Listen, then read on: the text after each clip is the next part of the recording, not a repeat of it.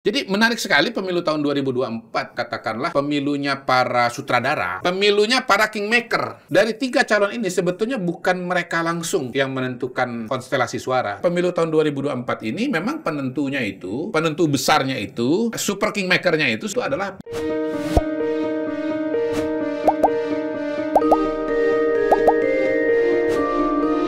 ya, saya mendapatkan tamu ini apa ya, orang yang paling dicari barangkali untuk ketiga kalinya. Kodari hadir di podcast saya. Assalamualaikum. Waalaikumsalam, makasih banyak Kak diundang Ya. sudah.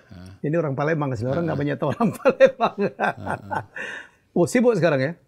Hah? Sibuk dicari-cari? Ya, kurang lebih lah begitu. Karena Ya. memang kan ini sudah mulai mengerucut. Mengerucut. Ya, saya sempat istirahat dari media mungkin 2-3 bulan lah. Iya, iya. Karena waktu itu menurut saya situasi dan kondisinya itu mengalami stagnasi.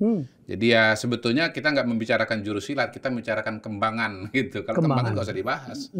Tapi ya belakangan udah mulai muncul lagi karena sudah layak dikomentari, dianalisa karena sudah bicara jurus-jurus pencak silat begitu, Pak Helmi. Jadi inilah hari-hari yang akan menentukan kehidupan bangsa ke depan ya. Betul, apalagi hari-hari ini. Hari ini kan tanggal berapa? 18 Oktober ya. 18 Oktober kita taping jam 4. Ya, jadi kalau ada perubahan setelah ditayangkan, itulah dinamika yang akan terjadi. Ada yang terjadi. Nah, dan pada saat kita sedang tapping ini banyak dinamika. Jam 10 tadi ada peristiwa penting, peristiwa besar terkait Pilpres 2024 di mana PDI Perjuangan, Ibu Mega mendeklarasikan calon wakil presiden untuk Ganjar Pranowo. Saya ulangi ya, PDI Perjuangan mendeklarasikan calon wakil presiden untuk Ganjar Pranowo. Kenapa ini saya ulang-ulang? Pertama, karena memang begitu kalimat yang dikeluarkan oleh Ibu Mega. Ibu Mega. Yang kedua, memang pidatonya Bu Mega itu dari awal sampai akhir semua menggunakan kata ganti saya. Tidak ada kami. Walaupun dihadiri oleh koalisi, walaupun di sebelahnya ada koalisi, tetapi di situ kalimatnya selalu saya. Tidak pernah kami. Jadi ini keputusan Ibu Megawati Soekarno Putri. Yang ketiga, walaupun kabarnya akan ada deklarasi di tempat yang lain, tetapi deklarasi pertama kali mengenai calon wakil presiden ini, Pak Mahfud ini dilakukan di DPP PDI Perjuangan. Bukan di tempat yang istilahnya netral ya, misalnya katakanlah tempat bersejarah, di Taman Proklamasi misalnya, di mana, atau misalnya di hotel, atau misalnya dulu pernah Bu Mega di Bantar Gebang, misalnya begitu. Jadi ini boleh dibilang... Apa yang bisa disimpulkan? Menurut saya ini pasangan calon presiden wakil presiden PDI Perjuangan. Lebih jauh lagi ya ini jagonya Ibu Megawati Soekarno Putri gitu. Karena di PDI Perjuangan kan ya identik dengan Ibu Mega. Ibu Mega setiap pidato selalu mengatakan bahwa Ibu mendapatkan amanah, mendapatkan mandat, ya kan, kepercayaan penuh, prerogatif. Iya, dan Ibu sendiri selalu mengatakan Ibu tahu yang terbaik kan begitu kan? Atau gimana bahasanya kemarin itu? Ini pilihan Ibu loh. Ya, pilihan gitu, yang tidak mungkin salah kan? Tidak begitu mungkin kan? salah. Ya. Tidak mungkin salah. Pilihan Ibu. Pilihan Ibu. Jadi menurut saya sih pemilu ini kalau dilihat dari pemilu presiden ini kalau dilihat dari peristiwa tadi dan hanya tadi. Maka ini walaupun ada P3, ada Perindo. Hanura, ada Perindo, tapi ini Megawati Soekarno Putri. Gitu. Jadi menurut saya ini menjadi menarik karena kalau kita runtut calon presiden dan wakil presiden yang satu lagi yaitu Anies Baswedan dan Muhaimin Iskandar, itu kalau Anies kan jelas Surya Paloh itu. Ya, Surya Paloh dan Nasdem yang pertama-tama mengajukan Anies Baswedan. Baru kemudian disusul dukungan dari Partai Demokrat dan Partai Keadilan Sejahtera. PKB sebelumnya. Ya, yang kemudian berganti dengan PKB dan Demokratnya keluar. Demokratnya keluar. Lalu pasangan dari Anies Baswedan, menurut saya boleh dikatakan kata kuncinya itu ada di Surya Paloh. Dan kita lihat bagaimana saat deklarasi Anies dan Muhaimin itu aktor utamanya yang hadir di situ adalah Surya Paloh. PKS pun waktu itu masih mikir-mikir. Ya. KLMI. Masuk belakangan ya. Masuk atau konfirmnya tidak, belakangan, gitu. konfirmnya belakangan. Okay. Mau dukung atau tidak lagi mikir-mikir kan? Mikir-mikir. Dan kalau kita lihat gambar yang paling ikonik itu kan ada Bang Surya merangkul Anies Baswedan di kanannya, tangan kanannya, dan ada Muhaimin di tangan kirinya. Begini, kira-kira begitu. Jadi menarik sekali pemilu tahun 2024. Menurut saya itu semacam katakanlah pemilunya para sutradara. Saya kan pernah ngomong 2024 pemilunya para wapres kan gitu. Sekarang ada yang baru lagi nih, khusus untuk acara Helmi Yayan. Iya juga. Pemilunya para sutradara. Pemilunya para kingmaker. Para senior. Para senior, kingmaker lah tepatnya. Kingmaker, sutradara itu kan kurang lebih sama, hanya beda bahasa saja. Jadi dua pemilu 2024 adalah pemilunya kingmaker, para kingmaker. Anies dan Muhaimin, siapa kingmakernya? Surya Paloh. Pasangan Ganjar dengan Mahfud, siapa kingmakernya? Megawati Soekarno Putri. Mohon maaf ya, saya tidak menyebut queenmaker ya, seperti sebagian orang menyebut. Karena sebetulnya kata kingmaker itu mengacu kepada yang dinominasikan, bukan yang menominasikan. Kalau yang dimajukan sebagai calon presiden itu misalnya Puan Maharani, maka saya akan sebut Ibu Megawati sebagai queenmaker. Itu bedanya. Itu penjelasan yang jangan disalahpahami oleh masyarakat Indonesia gitu. Misalnya Pak Surya Paloh, calon presidennya adalah Khofifah Indar Parawansa, maka dia menjadi queenmaker walaupun dia laki-laki. Karena kita mengacu kepada calonnya, bukan kepada kingmakernya. Bukan yang mencalonkan. Bukan yang menjadikan. Iya, saya kenapa jelaskan ini karena di beberapa podcast, di beberapa media saya melihat ada confused di situ. Ya mungkin TOEFL-nya agak kurang dikit. Oh iya. IELTS agak kurang dikit. Berapa skor TOEFL terakhir? udah nggak ingat. Pokoknya bisa nembus sekolah Amerika lah. Udah sekian tahun lagi, setahun yang lalu ya. Kita udah tembus ke Inggris. Sama lah. Jangan-jangan Salendra juga bukan ya? Dulu Lia. Jadi yang kita sedang tunggu, adalah Prabowo dengan wakilnya.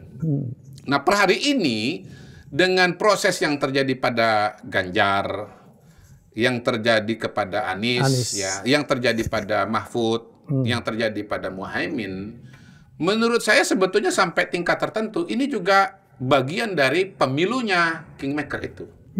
Pemilunya sutradara itu. Gitu. Karena apa? Karena Pak Prabowo ini kelihatannya kingmakernya adalah Pak Jokowi. Pada awalnya Pak Jokowi itu kingmaker bagi dua orang. Prabowo dan Ganjar Pranowo. Sampai dengan deklarasi kira-kira, tadi pagi. Menurut saya bukan. Turning point-nya itu terjadi pada saat Piala Dunia U20. Mulai terjadi pergeseran. Analisa saya awalnya Pak Jokowi itu lebih kepada Ganjar ya, ketimbang kepada Prabowo. Ingat waktu dia ngasih isyarat berambut putih. Betul. Jadi itu masih kepada Ganjar. Tetapi dengan penolakan Ganjar terhadap tim Israel yang berujung pada batalnya Piala Dunia U20, sementara Piala Dunia U20 itu sangat penting bagi Pak Jokowi, dan kemudian Ganjar itu ya katakanlah mengikuti sikap dari PDI Perjuangan, Pak Jokowi udah ngelihat, oh berarti kingmakernya Ganjar, bagi Ganjar adalah Megawati, bukan Jokowi. Gitu. Nah ini kita jelaskan, ini bukan mau ngadu ya, karena saya ini sering disebut mengadu, ini enggak. Saya sedang berusaha membuat masyarakat kita rasional terhadap perbedaan-perbedaan pilihan para tokoh-tokoh kita, gitu. Bahwa perbedaan pilihan-pilihan itu, pertama itu sering kali bersifat dinamis. Ya, pilihan pada hari H dengan pilihan 3 bulan kemudian dengan tahun depan atau 5 tahun bisa berubah, gitu ya. Kemudian yang kedua, ya pilihan-pilihan itu bukan selalu ideologis, tapi seringkali perbedaan yang disebabkan oleh kepribadian masing-masing pemimpin kita ini. Masing-masing pemimpin kan punya selera. Ya kayak selera makan aja.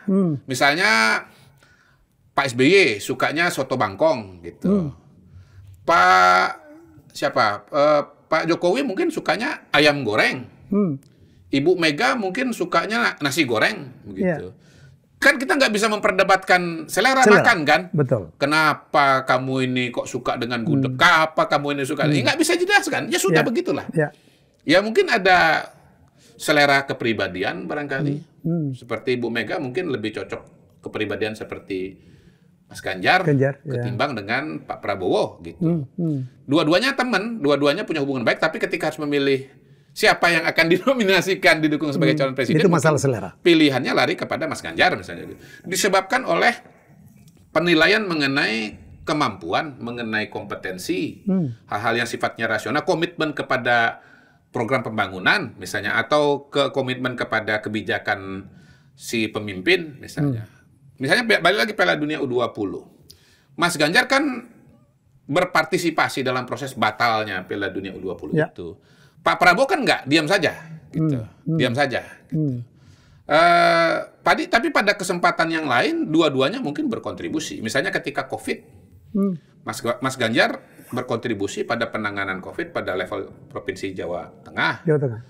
Pak Prabowo karena dia Menteri Pertahanan tidak langsung, tidak sedalam misalnya seperti Menteri Kesehatan atau seperti Pak Luhut yang memang karena dia Menko lalu kemudian ditugaskan ini itu.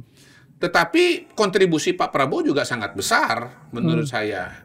Bayangkan kalau Pak Prabowo kemudian berada di luar pemerintahan, menjadi tokoh oposisi, lalu beliau pidato live disiarkan di seluruh Indonesia dan memerintahkan agar pendukungnya baik masyarakat maupun tokoh-tokoh Gerindra yang jadi bupati, wali kota, gubernur untuk menolak PSBB misalnya. Menolak vaksin misalnya. Terbayang nggak? Bahwa implikasinya adalah penanganan COVID-19 tidak akan secepat dan sebagus yang kita alami. Karena kita ini cepat pulih kan karena vaksinasi kan tinggi. Salah satu yang terbaik dunia. Salah satu yang terbaik di dunia. Di dunia ya. Karena vaksinasinya tinggi, maka kemudian kita istilahnya berani dan bisa beraktivitas di luar rumah. Bisa kembali aktif secara ekonomi. Karena kita kan sudah kebal. Jangan lupa dari saya potong. Yang memuluskan vaksinasi sampai ke desa-desa, turunnya loh. Tentara, polisi. Yang memfasilitasi itu tentara tuh. Tetapi kan begini maksud saya Pak Helmi. Bahwa bayangkan kalau misalnya Partai Gerindra, kemudian Pak Prabowo, lalu mungkin mengajak partai yang lain, oposisi, menolak. Itu kan ada kaitannya dengan soal anggaran, betul. dengan soal kemudian masyarakat patuh atau tidak. Kepatuhan kepatuhan lah terutama. Ya, soal PSBB. Karena beliau ini jenderal gitu kan Pak Jokowi, karena Pak Prabowo ini didukung oleh 45% penduduk Indonesia. Bayangkan kalau 45% itu ketika dilarang keluar rumah, dia jalan-jalan. Dia tetap buka toko, dia tetap ke pasar gitu loh. Seperti terjadi di negara lain. Di negara lain, bayangkan ketika misalnya ya di Amerika Serikat itu kan kacaunya kan itu. Rusia kacau. Karena kan banyak gubernur yang menolak kebijakan pemerintah pusat. Gitu. Lah gubernur aja membantah itu kan repot, apalagi kalau ini se-Indonesia gitu. Bayangkan kalau misalnya 45% pendukung Pak Prabowo itu nggak mau divaksin. Katakan separuhnya lah. Separuh lah karena mendengar Pak Prabowo. Apa kemudian pemulihan ekonomi dan aktivitas kita bisa lebih cepat gitu. Nah pada titik itu saya lihat ya sama dua ini. Mas Ganjar kontribusi, Pak Prabowo juga kontribusi gitu. Tetapi kan ada titik-titik di mana kemudian Pak Jokowi misalnya melihat bahwa ini Ganjar kemudian mendukung, Prabowo tidak mendukung, tapi kemudian Prabowo tetap mendukung, misalnya begitu. Nah, peristiwa-peristiwa ini menurut saya akan menentukan pengaruh gitu. Memang belum final.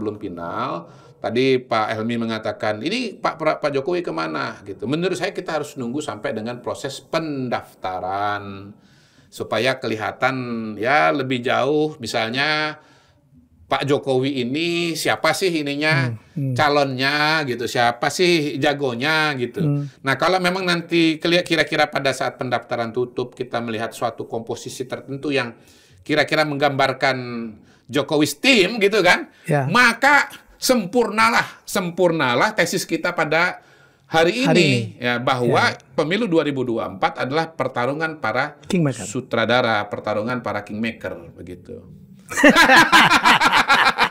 Aduh, ini model yang sangat berbeda dengan 2019 dan sebelumnya ya. Ya ada juga para kingmaker di tahun-tahun itu.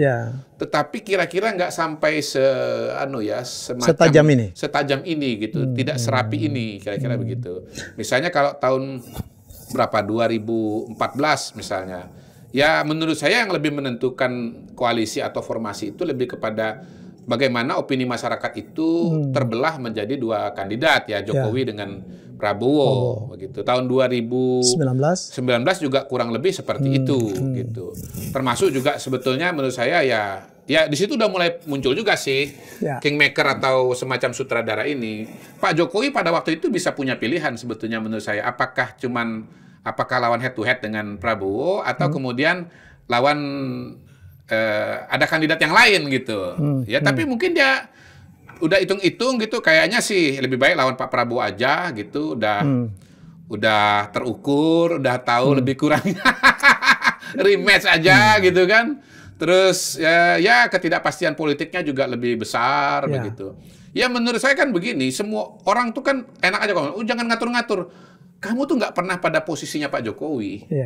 Nggak pernah mencoba membayangkan diri pada posisi. Coba bayangkan kalau kamu jadi kepala negara, kepala pemerintah. Ini di tangan kamu nih.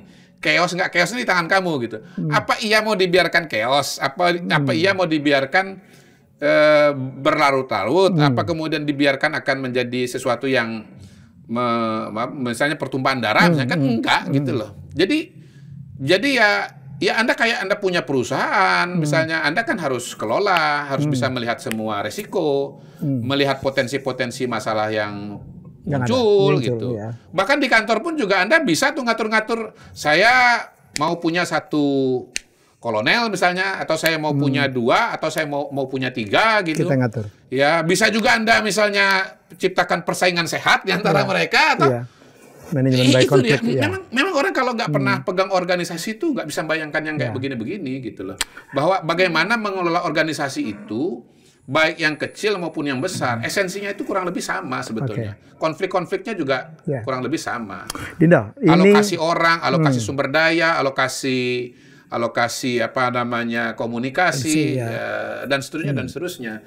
Saya mencoba mengajak masyarakat kita itu untuk rasional gitu loh. Jangan nggak usah panas-panas amat, santun dan santuy aja lah kita ini. Santun dan santuy aja. Saya nggak mau komentar kali itu ya.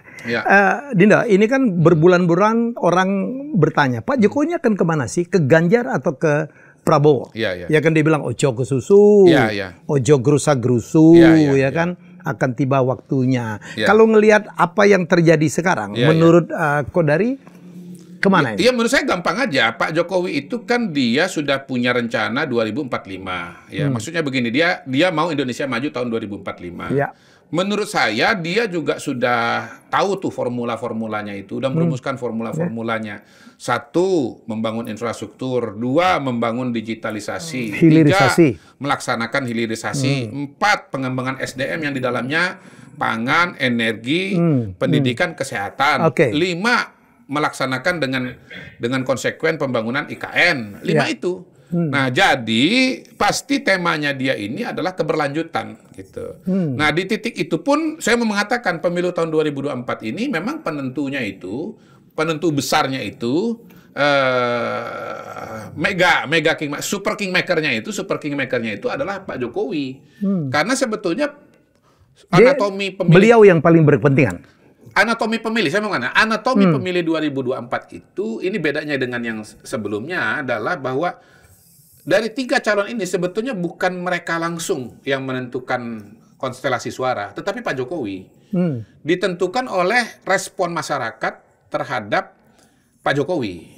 Nah, konstelasinya pada hari ini kan dari berbagai lembaga survei, tingkat kepuasan kepada Pak Jokowi itu sekitar 80%. Nah, yang tidak puas sekitar 20%. Nah, yang 20% ini itu akan mencari calon yang temanya itu perubahan. Masuk akal. Mencari tema perubahan. Dan tema perubahan itu diambil oleh Anies Baswedan. Anies mengambil segmen itu. Gitu. Nah, karena dia mengambil segmen itu, maka kemudian konsekuensinya suara dia itu ya sekitar segitu aja 15-20% itu. 15-20% itu. Mungkin saya pernah ngomong juga di sini, tapi waktu itu masih sangat-sangat di awal. Dan menurut saya sih tesis pada waktu itu makin kesini makin terkonfirmasi lah gitu. Kan susah bagi Anies ini untuk keluar dari angka 20% itu kan susah. Bayangkan dia kandidat yang dideklarasikan pertama kali. Kurang waktu apa untuk bekerja? Pernah masih jadi gubernur, setelah tidak jadi gubernur, terus kemudian sudah punya wakil, tapi angkanya belum bergeser gitu. Bahkan kecenderungannya kayaknya kalau dari survei nasional teman-teman itu, malah setelah berpasangan dengan Caimin itu kan malah menurun begitu. Anomali juga ya? Anomali juga ya? Kok enggak sebetulnya tidak. Kan penjelasan bagaimana begini. kita menerangkan ini? PKB kan menerangkannya? Partai besar. Gini, kan maunya Anies dengan background sosial pendukungnya ditambah dengan Muhaimin dengan background pendukung sosial, background sosial pendukungnya itu kan gabung 1 tambah 1 2. Tapi begini, masyarakat itu kan terdiri dari pengelompokan-pengelompokan. Ya, pengelompokan berdasarkan kultur, agama, dan yang lain-lain. Nah, kalau secara sederhana, pendukung Anies ini, kalau menurut saya pertama adalah yang tadi tidak suka dengan Pak Jokowi, tidak puas dengan Pak Jokowi. Yang kedua, kelihatannya dominan kelompok Muslim modernis. Dan memang di survei-survei kita itu, kelompok Muslim modernis ini kalau tingkat kepuasan kepada Jokowi itu lebih rendah dibandingkan dengan rata-rata nasional. Kemudian pendukungnya Muhaimin itu kalangan Nahdlin, Islam tradisional. Yang sebetulnya adalah pendukung Pak Jokowi. Kenapa saya bisa sebut sebagai pendukung Jokowi? Karena memang tingkat kepuasan rata-rata orang Nahdlin itu di atas nasional. Kepada Pak Jokowi? Kepada Pak Jokowi. Lebih tinggi daripada rata-rata nasional. Apalagi kalau dibandingkan dengan kelompok yang Islam modernis tadi. Makin jauh lagi. Ini kan rata-rata nasional di tengah. Nahdlin di atasnya, Islam tradisional di atasnya, Islam modernis di bawah. Rata-rata itu gitu. Makin jauh lagi gitu. Nah, dua kelompok ini secara praktek keagamaan, secara tradisi, secara norma-norma itu kan sangat berbeda.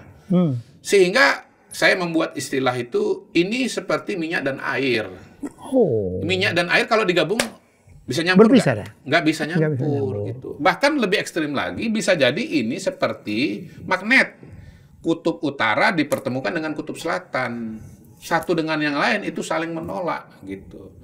Pendukungnya Anies Baswedan melihat Muhaimin dalam tanda kutip minggir, lari. Pendukungnya Muhaimin melihat ada Anies takut atau lari juga. Emang tidak pernah disurvei dulu ya? Itulah terus terang, makanya saya juga heran. Dan pernikahan ini kan mendadak banget kan? Buat saya, kenapa ini aneh gitu loh. Tapi pertanyaan itu menurut saya jangan ditanyakan dengan Anies, jangan ditanyakan kepada sutradara yang nama Surya Paloh. Apa sih maksud abang itu? Kalau bisa undang di sini. Kenapa abang itu menggabungkan Anies dengan Muhaimin? Apa abang itu tidak mempelajari atau tidak mengerti kimia sosial di antara dua pendukung tokoh ini itu sangat-sangat berbeda gitu. Padahal calon lain kemana? Ada AHY. Betul. Nah, balik lagi ya, kita pindah. Jadi yang 80% itu pada hari ini terbagi dua kepada Prabowo dan Ganjar. Kenapa Prabowo dan Ganjar? Karena dua-duanya kandidat yang sama-sama ngomong mengenai keberlanjutan. Betul. Sama-sama keberlanjutan. Nah, akhirnya masyarakat kita pilih yang mana? Balik lagi selera dia. Dia mau yang istilahnya tegas, berani, atau yang misalnya merayat, misalnya kan begitu kan? Gitu. Mau melihat yang lebih loyal kepada Pak Jokowi, komitmen kepada Pak Jokowi itu ada di Prabowo atau di Ganjar gitu. Nah, hemat saya persepsi inilah nanti yang akan menjadi kunci kemenangan kandidat 2024 ini. Mana yang dipersepsi lebih dekat dengan Pak Jokowi? Pak Jokowi, lebih loyal kepada Pak Jokowi, lebih berwarna Pak Jokowi. Menurut saya itu yang akan menang gitu. Per hari ini kalau ceteris paribus ya yang ini akan berjalan 2 putaran. Pasti itu ya? Enggak pasti juga, nggak ada yang pasti dalam politik. Ceteris paribus ya, dengan konstelasi yang ada pada kemungkinan paling besar 2 putaran. Nggak ada yang 50% plus 1 ya? 2 putaran. Dengan catatan saya menggunakan data survei kandidat capres. Ya. Belum dipasangkan cawapresnya? Belum dipasangkan. Gitu. Memang sudah ada simulasi, tapi saya stop di situ aja dulu. Ya, saya stop di situ aja dulu, ya. Stop di situ, ya. Maka ini akan ada 2 putaran. Dan yang lolos ke putaran kedua adalah Prabowo melawan Ganjar Pranowo. Gitu. Nanti kalau sudah ada wakil, bisa jadi akan ada dinamika analisa, bisa jadi. Ada turun naiknya ya. Ada potensi perubahan-perubahan yang bisa terjadi. Saya langsung lompat. Kalau terjadi 2 putaran, Ganjar lawan Prabowo, siapa yang lebih favorit untuk mendapatkan suara lebih besar? Kita harus lihat dari yang tidak lolos kan, siapa yang tidak lolos kan? Tidak lolos, katakanlah Anies. Ya, yang tidak lolos adalah Anies Baswedan. Ya. Nah, kita harus analisa suara Anies. Siapa untuk mereka? Bisa memproyeksikan mereka akan lari kemana. Suara Anies pertama tadi kan yang tidak puas dengan Pak Jokowi ya. Tidak puas dengan Pak Jokowi. Nah, tapi bisa juga dilihat dari sisi yang lain, yang lari ke Anies ini adalah mantan suaranya Prabowo. Jadi saya melihat Pak Prabowo itu setelah gabung dengan pemerintahan, maka kemudian terbentuklah dua arus besar pemilih. Kelihatanlah bahwa Pak Prabowo itu punya dua kelompok pemilih. Kelompok pertama adalah penggemar Pak Prabowo, yang kemanapun Pak Prabowo itu pergi dia akan ikut, gitu ya. Yang secara sosiologis itu saya sebut sebagai, sosiologis antropologis itu saya sebut sebagai nasionalis, tapi mau pemimpin yang tegas, gitu. Sementara kelompok yang satu lagi adalah kelompok yang sebenarnya not necessarily suka dengan Prabowo, tapi dia nggak suka dengan Jokowi, gitu.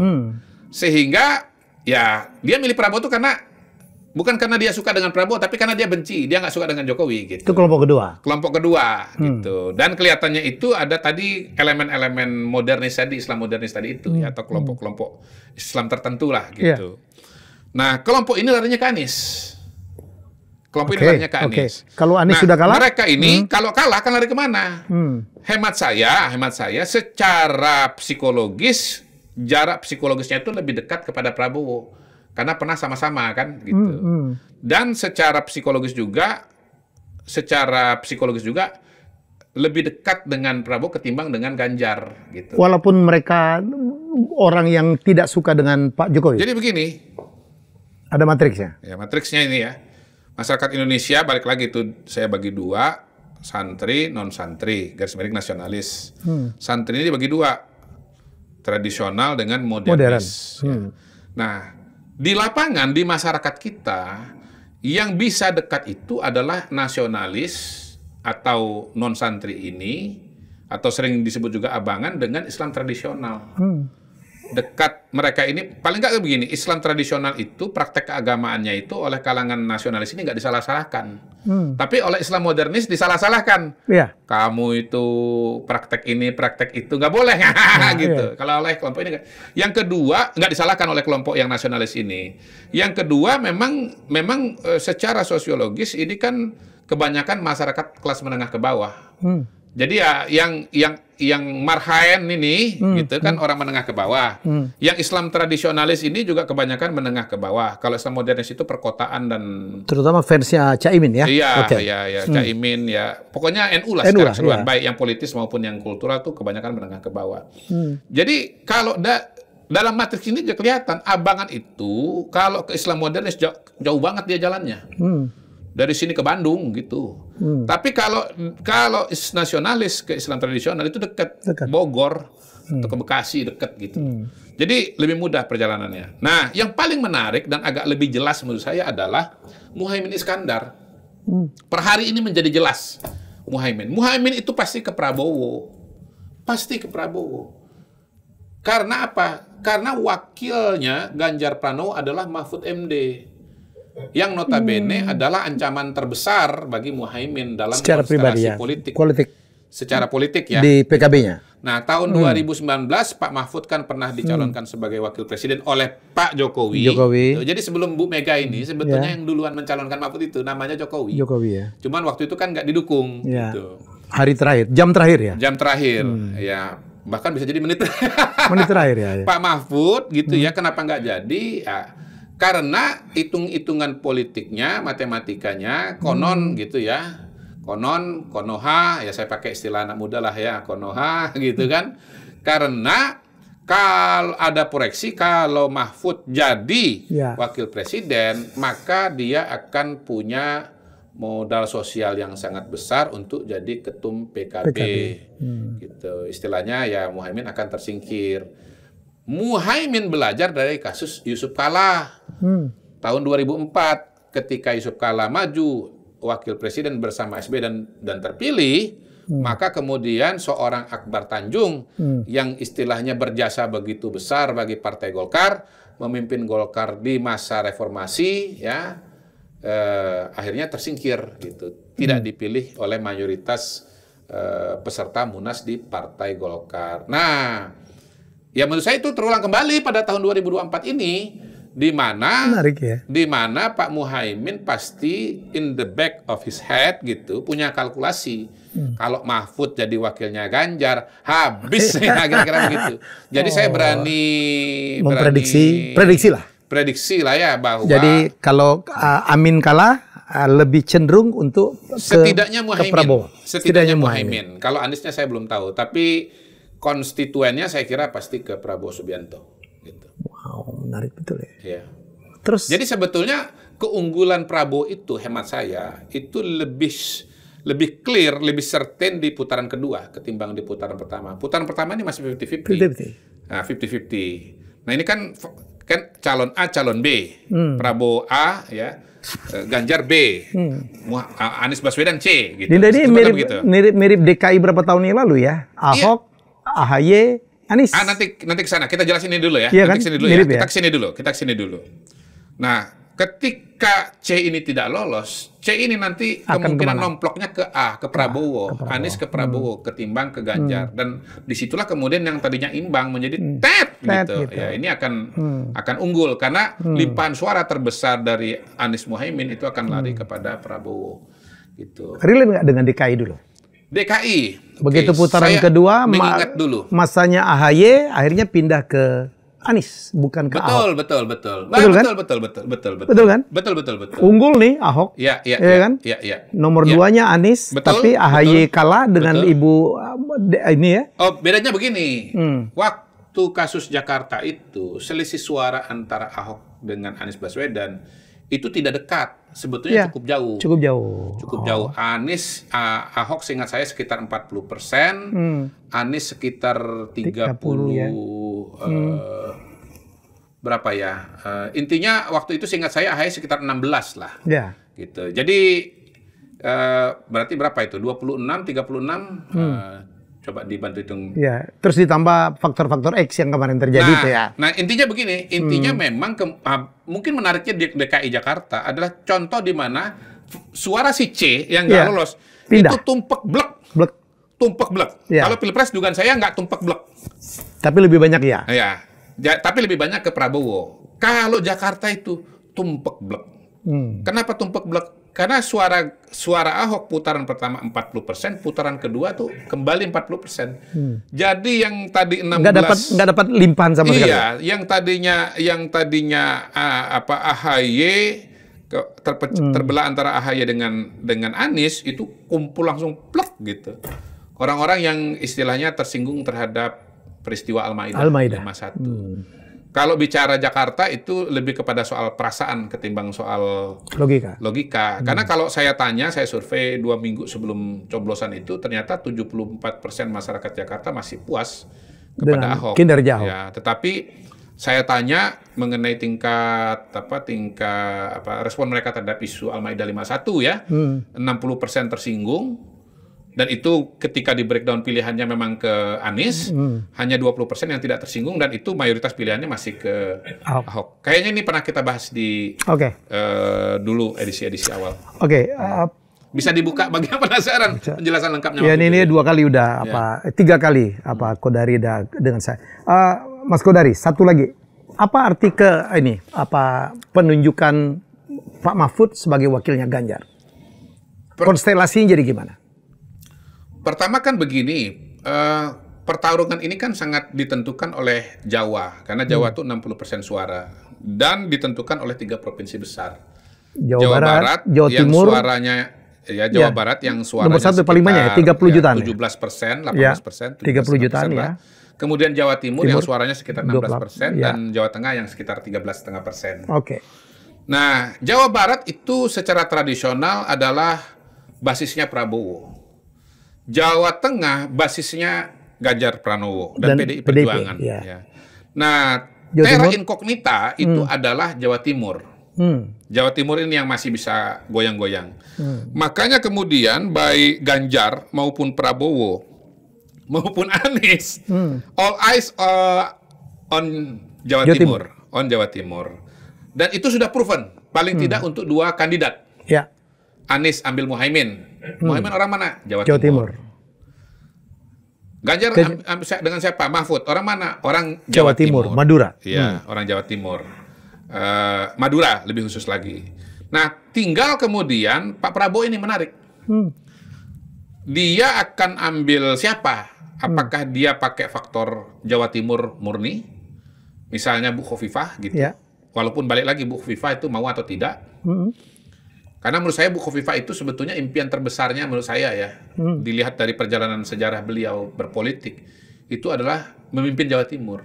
Panggilan dia sebagai orang Jawa Timur tuh besar sekali. Buktinya apa? Sampai dia ninggalin menteri ya? Buktinya satu, dia ninggalin menteri. Soalnya itu nomor 2. Nomor 1 adalah dia 3 kali maju untuk Jawa Timur. Ngotot banget ya? Ngotot banget dia untuk Jawa Timur. Jadi saya melihat Bu Khofifah itu, saya membayangkan dia itu sebetulnya memang ingin berbuat banyak itu untuk Jawa Timur.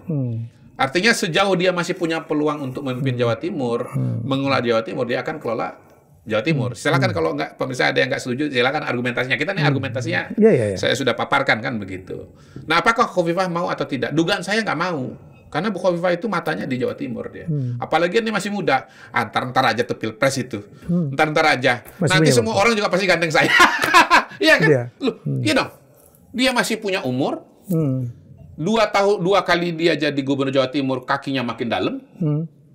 Kemudian dia perempuan, nggak banyak calon presiden yang perempuan, calon presiden wakil presiden perempuan. Jadi saya yakin sih Bu Khofifah itu, kalaupun dia misalnya nggak maju sekarang, di masa depan pun akan tetap jadi variabel yang sangat menarik gitu, sangat dipertimbangkan untuk jadi calon presiden atau calon wakil presiden gitu. Tapi nah, jadi elektoral efeknya Pak Ganjar disandingkan dengan Mahfud, ada tambahan suara kah? Pasti dong ya. Tergantung analisanya, tergantung analisanya. Kalau Sekarang Kodari? Kita mau pakai analisa yang bagaimana? Pertama begini, yang menurut saya harus dibaca ya. Orang ngelihat Pak Mahfud itu sebagai orang Jawa Timur atau sebuah kelompok yang lebih spesifik lagi yang namanya tadi Abang sebut Madura. Kan Madura suku besar juga loh. Suku besar juga. Lebih besar dari Palembang malah. Iya, jumlah orang Madura. Sekitar 4%, 5% kalau nggak salah. 4% lah kalau nggak salah ya. Mungkin nggak nyampe sih. Tapi nggak juga sih gede itu. Saya lupa persisnya, tapi cukup besar. Tapi gini, maksudnya gini, kita ini kan ngomong Jawa Timur. Nah, Jawa Timur itu kan Jawa gitu ya. Nah, sekarang tinggal melihat Madura itu identik dengan Jawa, sama dengan Jawa, bagian dari Jawa atau berbeda. Tapi sebagian kabupaten di Jawa Timur itu majoritinya Madura, dan Madura itu ada di mana-mana Pak Kodari. Tapi begini, kalau kita bicara suku, data BPS itu sudah jelas kok. Suku itu paling besar Jawa 42%, lalu kemudian nomor 2 itu Sunda 16%. Lalu di luar itu maksimal 3%. Jadi mungkin Madura 3% lah. 2%, 3%. Walaupun dia tersebar ya. Ini saya bicara BPS ya. Bukan bicara penduduk ya. Oke, itu pertama. Yang kedua, soal NU. Nah, NU itu kan 50% dari total orang Islam di Indonesia. Hasil surveinya begitu. Nah, sekarang bagaimana kita memposisikan Pak Mahfud? Seberapa besar dia bisa menarik suara dari kalangan Nahdlin gitu. Nah, balik lagi, saya bicara NU itu kalau secara struktur ada 2 struktur, struktur politik dengan struktur kultural. Struktur politik itu Muhaimin yang pegang lewat jaringan PKB. Struktural PBNU yang sekarang. Nah, PBNU yang sekarang ini hemat saya garisnya itu ke Pak Jokowi gitu. Ya, karena berkali-kali minta bahwa NU tidak boleh berpolitik. Jadi siapa yang akan istilahnya di-endorse oleh Pak Jokowi, itulah kira-kira yang akan dapat garis pemilih kultural ini gitu. Belum lagi ada Yeni Wahid dengan Gus Durian ya, Bro. Gus Durian ya. Yang lain lagi kan NU juga. NU juga, NU juga. Mecah lagi tuh. Ya, saya anggap Yeni Wahid itu sebagai NU kultural. Nah, Yeni Wahid itu NU kultural. Dan menurut saya kalau Yeni sih kayaknya akan segaris dengan Pak Jokowi. Sejalan dengan Pak Jokowi. Bukan tegak lurus lagi. Sejalan. Sejalan. Karena berkali statementnya kan tidak mendukung Caimin lah ya. Oke, terus? Kemudian kalau kita bicara apa lagi? Dari Jawa Timur sudah, dari NU sudah. Oh begini, Pak Mahfud ini kan dia menurut saya kalau kita bicara kelas sosial, dia memiliki daya tarik terutama untuk kalangan kelas menengah ke atas. Karena dia kan kuat di isu hukum, isu bersih, anti korupsi, dan seterusnya. Nah, kalau kita bicara struktur masyarakat dimanapun juga, termasuk Indonesia, kalau kita bicara struktur sosial ekonomi, maka bentuknya seperti piramida. Ya, yang menengah ke bawah, pendapatan kecil itu sangat besar, lalu kelas menengah itu di tengah lebih kecil, jauh lebih kecil, lalu kemudian baru elit gitu. Jadi kalau kita bicara kelas menengah, ya dia lebih sedikit jumlahnya dibandingkan dengan kelas menengah ke bawah gitu. Mungkin maksudnya kelas menengah ke bawah sudah ditarik oleh Ganjar, kelas menengah atas mau ditarik oleh Pak Mahfud MD gitu. Klop Itu analisis, klop lah mestinya. Harusnya saling melengkapi. Ya, harusnya klop. Ada faktor Jawa Timur ya, pasti terbelah. Jadi gini, orang kan pada hari ini saya lihat kecenderungannya menganalisa kenapa Pak Mahfud dipilih? Karena Jawa Timur, karena NU. Tapi sesungguhnya menurut saya secara basis teori yang lebih firm kalau mau bicara daya tarik Pak Mahfud itu bukan bicara NU, bukan bicara Jawa Timur, tapi bicara kelas sosial ekonomi.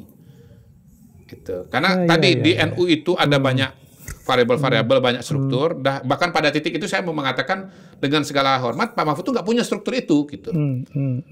Pak Mahfud kan nggak punya struktur kulturalnya PBNU, nggak punya struktur politiknya, bahkan dimusuhi nemesis sebagai seorang elit sekali Muhaimin. Elit sekali. Iya, sebetulnya beliau itu elit begitu ya kalau bicara apa namanya bicara. Beliau itu baru punya kaki kalau dikasih akses oleh NU kultural.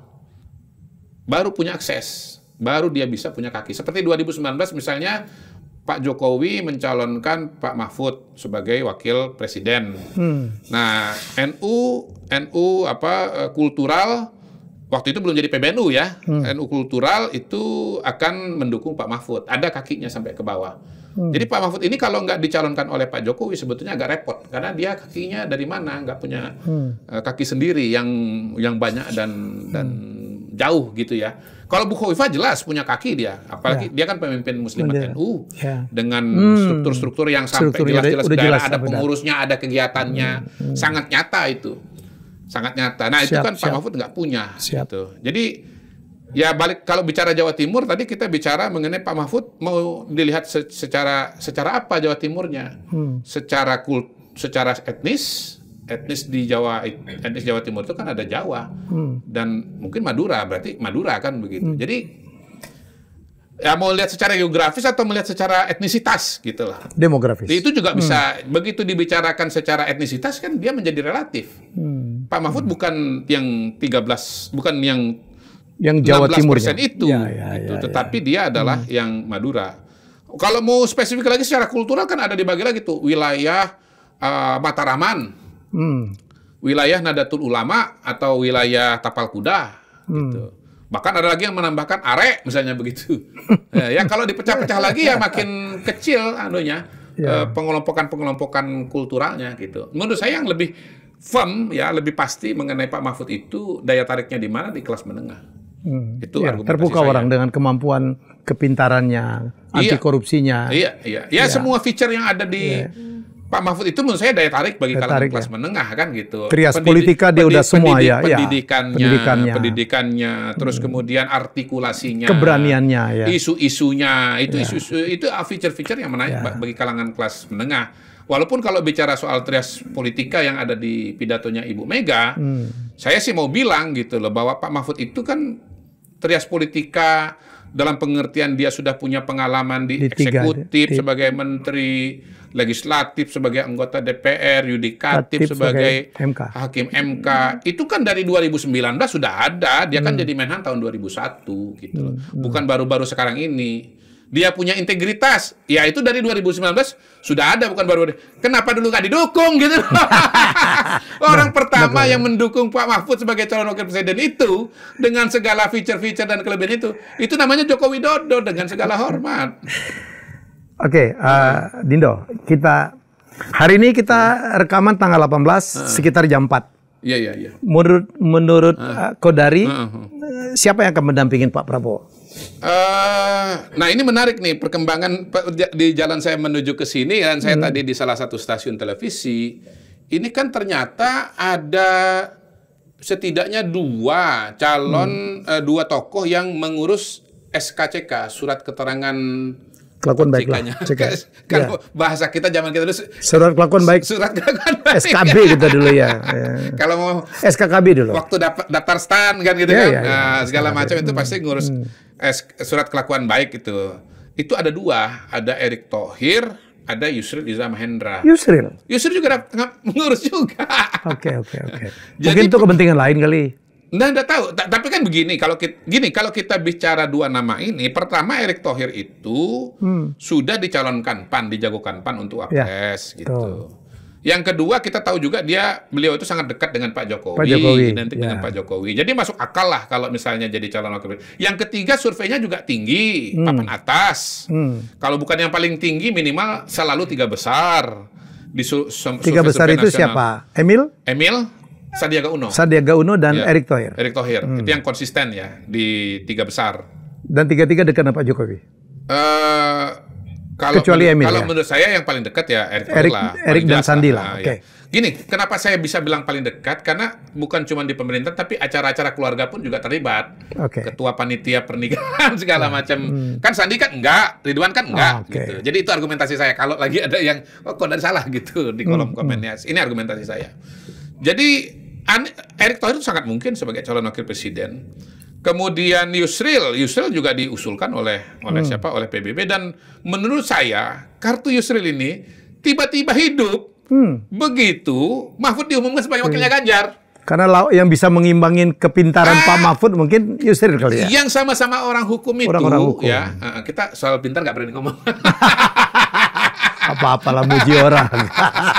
terus. Yang sama-sama orang hukum, sama-sama profesor, sama-sama jago ya. Sama-sama jago. Itu ya Pak Yusril gitu. Jadi menurut saya orang yang paling bergembira dengan ditunjuknya Mahfud sebagai wakil presiden itu adalah namanya Yusril dan Partai Bulan Bintang. Tiba-tiba loh, sebagai partai yang nggak punya kursi di parlemen, apa sih bergennya? Pak Yusril juga datang dari provinsi yang sangat kecil, Bangka Belitung. Lebih spesifik lagi nih, supaya kita fair juga nih. Pak Yusril itu orang Belitung, the smaller part of Babel gitu loh. Itu nggak sampai 3.000 penduduk. Ya, sepertiga dari Bangka Belitung lah. Jadi orang Belitung kalau tanding dengan orang Bangka di pilkada, Belitung biasanya kalah. Karena apa? Jumlah penduduk di Bangka penduduk Bangka lebih besar dibandingkan dengan Belitung gitu. Tetapi kalau dilihat dari ahli hukumnya, tiba-tiba kartu Pak Yusril hidup kembali. Jadi saya kira itu tiba-tiba Pak Yusril tiba-tiba dapat ilham, gua urus nih SKCK. Siapa tahu? Dan menurut saya juga dipertimbangkan gitu. Jadi sebetulnya calon wakil presidennya dari Pak Prabowo ini juga masih sangat-sangat dinamis. Dan yang membuat ini sebetulnya menjadi sangat dinamis adalah komposisi partai di KIM, Koalisi Indonesia lebih Maju, banyak. Sangat berbeda dengan di Koalisi PDI Perjuangan. Di PDI Perjuangan itu situasinya hegemonik. Ibarat planet paling besar itu apa? Jupiter ya. Sementara di sekitarnya itu Mars, planet Bumi dan yang lain kecil-kecil itu gitu. Saking besarnya PDI Perjuangan ini bisa maju sendiri. Yang lain kabur nggak apa-apa. Bisa tetap maju dia. Ya mungkin situasi politik itu juga yang membuat suasana psikologis Bu Mega itu menjadi begitu gitu loh. Bahwa acaranya di PDI yang nentuin saya dan seterusnya gitu. Tapi di KIM kan sangat berbeda. Pertama, Gerindra nggak bisa maju sendirian. Dia harus koalisi. Dia bukan Jupiter. Betul. Dalam walaupun butuh tambahan sedikit dalam galaksi Bima Sakti, dia bukan seorang Jupiter. Dia harus berkoalisi. Walaupun tadi bisa koalisinya kuat dong, ada Golkar dia bisa dengan bisa dengan partai menengah pun bisa. Bahkan kalau bicara ukuran planet, dia kalah besar dibandingkan Golkar yang kursinya lebih besar. Kalau ukurannya adalah kursi. Kalau suara masih Gerindra ya lebih besar daripada Golkar. Supaya jangan salah-salah netizen lagi. Kalau peluang Erick Thohir kalau dimasukkan ke situ, peluang Erick Thohir itu Erick itu unggul secara kualitatif.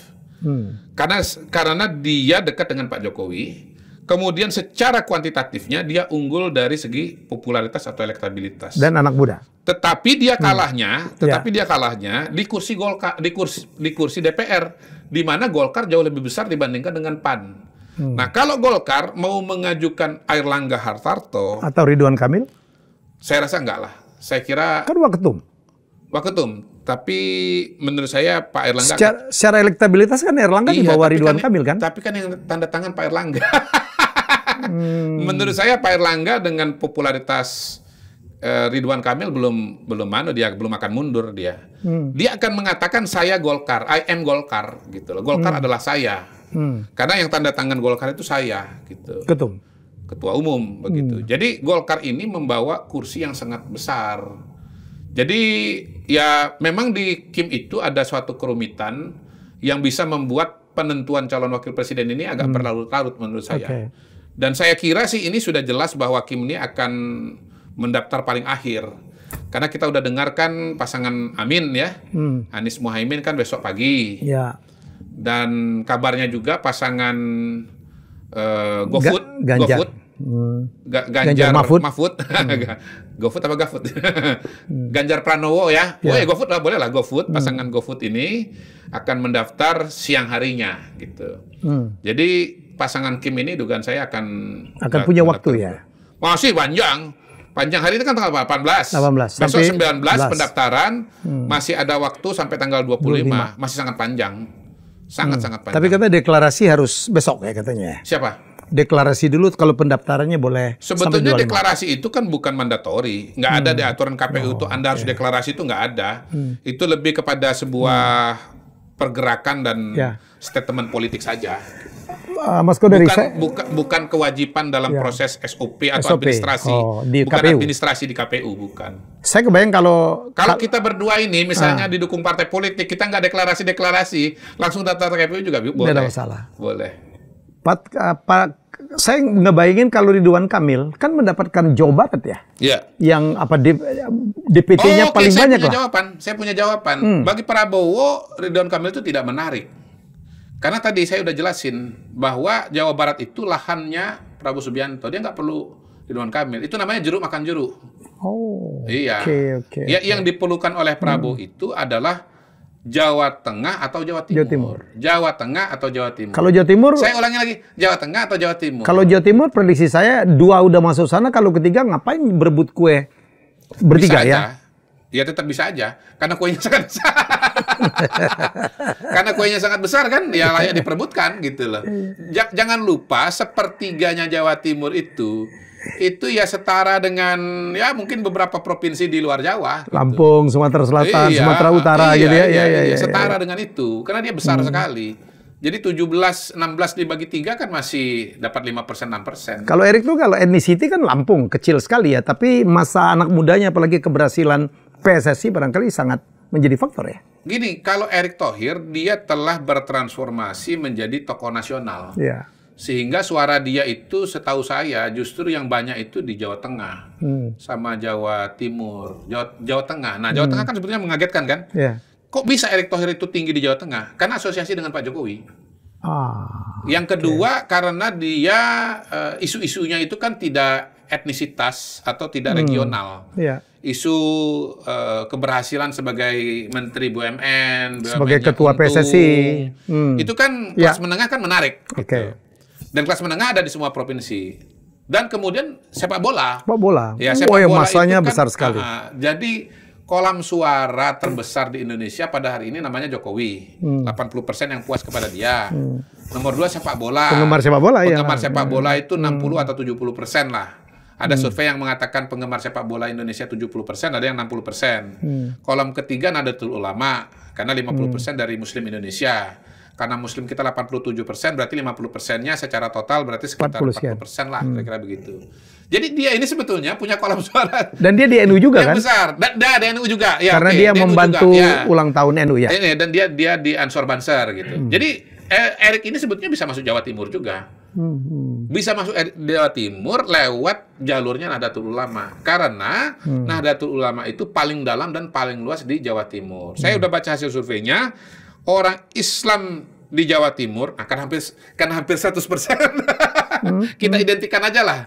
Jadi 80% orang Jawa Timur itu merasa bagian dari Nahdlatul Ulama. 80%. Gitu.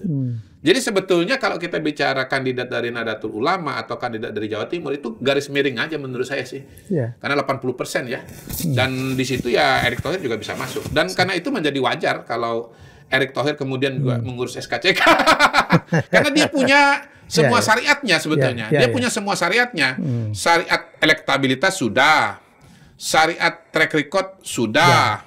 Dan kedekatan syariat organisasi juga sudah. Tinggal makrifatnya aja kalau istilah saya ini.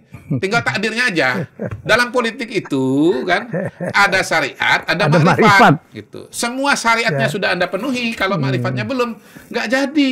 Oke. Gitu. Dan saya kira ya di antara yang paling memahami adalah Pak Helmi Yahya juga. Semua syariatnya udah dapat. Tapi kalau syariatnya ma'rifatnya belum dapat, ya kita nggak bisa apa-apa. Disitulah kemudian masuklah ajaran sabar dan tawakal. Orang sabar disayangkan. Oke, pertanyaan terakhir. Iya. Gibran. Iya. Bagaimana peluang Gibran, atau ada, kan yang paling diisukan ini kan Gibran. Ya. Peluang Gibran sangat besar. Pertama, dia kan mewakili kolom suara yang 80% tadi, kolom suara yang paling besar yang diperebutkan, yaitu marwahnya Pak Jokowi, orang yang puas kepada Pak Jokowi. Kemudian yang kedua, ya kalaupun bukan 80%, minimal pendukung militan Pak Jokowi. Ada macam-macam cara cara mengukur pendukung militan Pak Jokowi itu berapa persen gitu. Nah, karena saya ini pernah pengusung Jokowi 3 periode, saya pakai sebagai sebuah patokan. Pernah ada survei, beberapa survei itu menunjukkan pendukung 3 periode itu ada 30-40%. Besar. Terutama kalau kemudian ini berimbang kan, ya 30%, 40% kemana itu kan akan menentukan kemenangan. Jadi saya anggap ya yang militan kepada Pak Jokowi itu ya ambil tengah lah 35%. Kemudian dia mewakili generasi muda. Ya, generasi Z, generasi milenial yang total pemilihnya 60%. Sekitar 50%. 55 something ya, hampir 60. Seingat saya kalau KPU mengatakan 52% yang usia pemilih 17 sampai 40 tahun. Ya. Kemudian yang ketiga menurut saya ini yang bisa jadi game changer ya, game changer. Ini game changer kan. Tadi kan kita bicara mengenai Jawa Tengah itu basisnya Ganjar Pranowo. Itu basisnya Ganjar Pranowo, tapi sekaligus juga basisnya Jokowi dan Gibran. Sehingga kalau Gibran maju, maka kemudian suara Ganjar Pranowo itu bisa hilang separuh kalau menurut saya. Di Jawa Tengah itu ada PDI Perjuangan, tapi juga ada Pak Jokowi. Nah, Mas Ganjar kalau suaranya keambil separuh, menurut saya itu akan sangat mengubah konstelasi. Karena modal dia yang terbesar, ketika hilang separuh, itu akan sangat mengubah konstelasi. Sangat mengubah konstelasi. Jadi menurut saya Gibran ini adalah game changer berikutnya dalam peta politik Indonesia. Kalau betul-betul maju sebagai calon wakil presiden untuk Prabowo Subianto. Itu kita tunggu ya, apakah maju atau tidak? Itulah yang kita tunggu dan menjadi salah satu keseruan yang sedang kita nantikan di tengah perkembangan politik yang sudah mulai terbuka satu demi satu kartu-kartunya. Begitu, Pak Helmi. Siap. Jadi ini menarik nih. Ya. Sandi di mana ya posisinya? Sandiaga Uno. Porsi Sandi adalah sabar dan tawakal. Beliau sudah melaksanakan syariatnya. Satu, surveinya kan 3 besar. 3 besar. Beliau sudah punya partai politik namanya P3. Tetapi mungkin konstelasi politik pada hari ini, kemudian selera Ibu Mega, pemikiran Ibu Mega belum jatuh kepada Sandiaga Uno. Nah, disitulah kemudian saya ingin mengatakan bahwa pengambilan keputusan politik itu variabelnya banyak, tidak selalu ideologis, ya, apalagi religius, nggak usah ngotot-ngotot amat gitu ya. Variabelnya itu ada selera pemimpin, ada kalkulasi politik, ada kedekatan pribadi, ada kebutuhan situasi dan kondisi. Ya, Pak Sandi tahun 2019 jadi wakilnya Prabowo walaupun satu partai, karena ada satu kebutuhan yang hanya bisa disediakan oleh Mas Sandi, yang tidak bisa disediakan yang lain, gitu. Tapi kebutuhan itu tahun 2024 ini tidak ada, sehingga akhirnya, mohon maaf, istilahnya beliau itu menjadi variabel yang tidak relevan. Nah, Pak Mahfud yang tahun 2019 batal, kena coret, kena tackle, justru tahun 2024 ini menemukan momentumnya dan dia jadi. Jadi ini makasih pertanyaannya. Sandi 2019 maju, Mahfud nggak bisa maju. 2024 Sandi terganjal, Mahfud melaju. Itu pentingnya kayak pantun juga dialog kita untuk menunjukkan bagaimana ya tugas manusia itu syariat, sisanya ma'rifat. Nah, kalau bicara ma'rifat, Anda mau marah bagaimana itu urusan yang Maha Kuasa. Ya udah, nggak usah marah-marah. Santun dan Santuy. Hidup santun dan santuy. Iya. Supaya jangan kena mental. Jangan sampai kena mental dalam Pilpres 2024. Tapi kok di medsos itu, waduh, ya kan, berisik banget gitu. Apa yang terjadi sebenarnya? Apa yang terjadi? Medsos itu kan akun tuh ada dua. Ya. Pertama akun manusia, yang kedua akun robot. Oke. Ya, kalau robot ribut tapi ini ya tokoh-tokoh yang berkomentar semuanya agak-agak gimana gitu. Iya, kan kalau bicara rame, coba bayangkan kalau cuma tokoh dengan tokoh aja ngomong, sepi juga bos. Iya. Ini kan rame kan karena banyak akun-akunnya kan begitu kan. Kita harus ngomong bahwa akun itu ada dua, akun manusia, akun bot. Yang kedua, akun manusia pun juga ada dua, yang murni ekspresi dan ada yang mobilisasi gitu. Nah, yang mobilisasi ini kan, ya namanya juga mobilisasi gitu. Iya, bisa banyak, kapan mau banyak, bisa sepi kapan mau sepi kan begitu. Jadi jangan terpaku kepada medsos, jangan lupa bahwa Anda itu hidup dalam dua dunia, dunia maya dan dunia nyata. Yang kita khawatirkan ini kan orang kan baperan, gitu.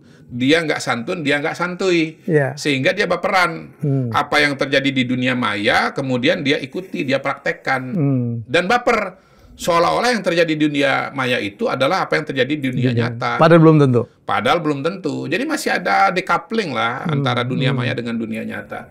Gitu. Yang saya khawatirkan itu bukan keributan di medsos, yang saya khawatirkan itu adalah tawuran di dunia nyata. Nah, karena manusia ini semakin lama semakin interaktif ya antara dunia maya dengan dunia nyata, saya di situ khawatir bahwa peristiwa yang sesungguhnya fiktif, yang disebut sebagai hoaks itu diterima sebagai nyata, lalu kemudian dimanifestasikan dalam dunia nyata. Ya, menganggap bahwa terjadi kecurangan ini itu yang dia dapat informasinya di dunia maya, padahal itu adalah hoaks. Di dunia nyata dia wujudkan kemarahannya dalam bentuk nyata. Dia tonjok tetangganya, dia tonjok temannya, dia gebukin orang lain. Nah, itu yang berbahaya. Jadi kesadaran mengenai batasan antara dunia maya dan dunia nyata itulah yang kemudian harus dibangun di masyarakat kita, terutama dalam konteks politik dan Pilpres 2024. Oke, wah 1 jam lebih ya, luar biasa ini. Tapi daging semua ini. Jadi hari ini sekali lagi kita rekaman 18 Oktober jam 4. Ya, mungkin nanti malam ada perubahan lagi. Ya, terutama dari pihak Pak Prabowo. Jadi kita cermatin terus menit-menit, hari demi hari, apa yang akan terjadi, dan ini akan menentukan siapa pemimpin kita di masa depan. Terima kasih Adinda Kodari. Terima kasih. Kakando. Kita jumpa lagi dengan tamu hebat saya selanjutnya. Bye-bye. Terima kasih sudah menonton Helmi Bicara. Jangan lupa untuk like, komen, share, dan subscribe.